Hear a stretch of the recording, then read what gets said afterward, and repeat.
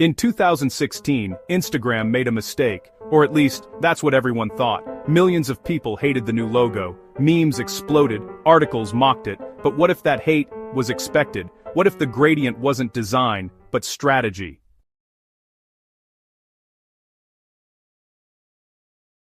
Back in 2016, Instagram did something, well, unthinkable. It took its beloved, instantly recognizable retro camera icon and basically threw it in the trash. And the public reaction? Oh, it was immediate, and it was brutal. I mean, headlines like this one from Adweek were absolutely everywhere. The New York Times even gave the whole event a name, the Great Instagram Logo Freakout of 2016. The verdict seemed unanimous. Instagram had made a massive, massive mistake. And the criticism got, well, pretty poetic. This quote from The Guardian, wow, it just perfectly captures how personal this felt to people.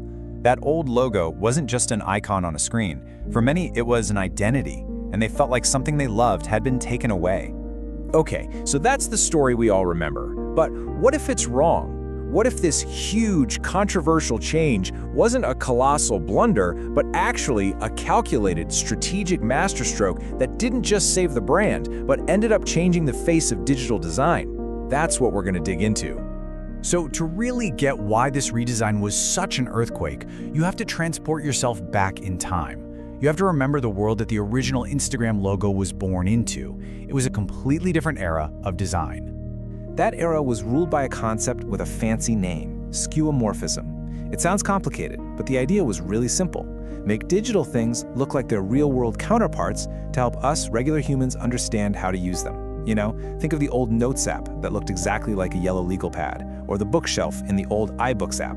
That's skeuomorphism. And the original Instagram icon? It was a masterpiece of this style. A perfect, realistic little Polaroid camera, complete with textures and even a lens glare. It brilliantly communicated exactly what the app did.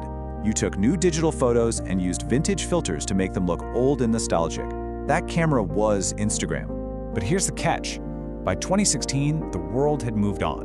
Instagram was not just a simple photo filtering app anymore. The community had evolved, the content had evolved, and that beautiful, beloved logo, well, it was quickly starting to feel like a relic from a different time. So this growing gap between the logo and the reality of the app really set the stage for the big redesign. It brings up the key question: why would a company with one of the most loved logos in the world risk enraging millions of its users? The answer wasn't about art, it was about business strategy. It all came down to three core reasons. First, Instagram wasn't just one app anymore. It was a growing family, with Boomerang and Layout joining the team. They needed a unified look. Second, the logo had to actually reflect what people were posting. And third, and this is a huge one, they needed to win the war for your attention every time you looked at your phone. Let's just double down on that second point for a second. The app's vibe had completely changed. It wasn't about moody, sepia-toned filters anymore. By 2016, you had over 400 million people sharing these bright, colorful, super energetic moments of their lives. The old, brown, retro camera just didn't represent that vibrant pulse. The logo was playing catch-up with its own community. And this is where we get to the most brilliant part of the strategy. The new gradient wasn't just about looking modern. No. It was a scientifically backed tool designed from the ground up to capture your focus. I mean, just think about your phone's home screen. It's a sea of single-color icons, right? Lots of blues, reds, greens. A simple icon just kind of gets lost in the noise. But that vibrant, multicolor gradient, it's impossible to ignore. Your eye goes straight to it. It basically leaps off the screen. And this isn't just a lucky guess, it's based on actual neuroscience. There's a concept called visual saliency, which basically means our brains are hardwired to notice things that pop, areas of high contrast. The designers used this perfectly. They took the sharp, clean white lines of the simplified camera and put it on top of that soft, blurry gradient. That extreme contrast creates an immediate focal point that your brain latches onto before anything else. So you see, the gradient wasn't just a pretty aesthetic choice. It was a precisely engineered weapon, designed to win that split-second battle for your attention every single time you unlocked your phone. But it gets even deeper. It wasn't just about grabbing your attention. The specific colors in that gradient were carefully chosen to subconsciously communicate a whole range of emotions.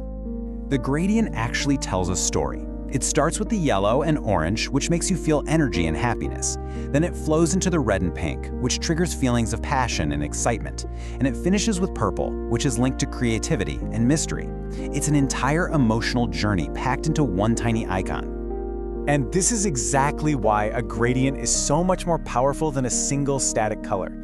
It doesn't communicate just one flat feeling. It suggests a dynamic, immersive experience, a place for fun, for connection, and for creative discovery. So the design was strategic, it was psychologically sound. But after all that outrage, did it actually work in the long run? The answer is a resounding yes. The gradient didn't just survive the freakout, it became a massive trendsetter. After the initial backlash died down, something really fascinating happened. The rest of the design world took notice. Instagram pretty much kicked off the gradient era of the late 2010s, and suddenly, gradients were cool again. And they're still all in. In 2022, they refreshed it to make it feel even brighter, more illuminated and alive. And the gradient became so much more than just a logo. It became the foundational color system for the entire app experience. You see it everywhere, in the rings around new stories, in the backgrounds for create mode, in the stickers. It provides a cohesive, instantly recognizable identity at every single touchpoint. Looking back on it now, it's crystal clear. The initial public reaction was all about emotion and a natural resistance to change. But from a purely business and design perspective, the decision to use a gradient was nothing short of a masterstroke. Ultimately, this whole saga is a story about a brand having the courage to evolve. They recognized that their identity couldn't be stuck in the past. It needed to stop being a picture of something and start being a mirror, reflecting the vibrant, diverse, and dynamic energy of the millions of people who actually use the platform. So the next time you tap that familiar, colorful icon, remember what you're really looking at. You're not just opening an app.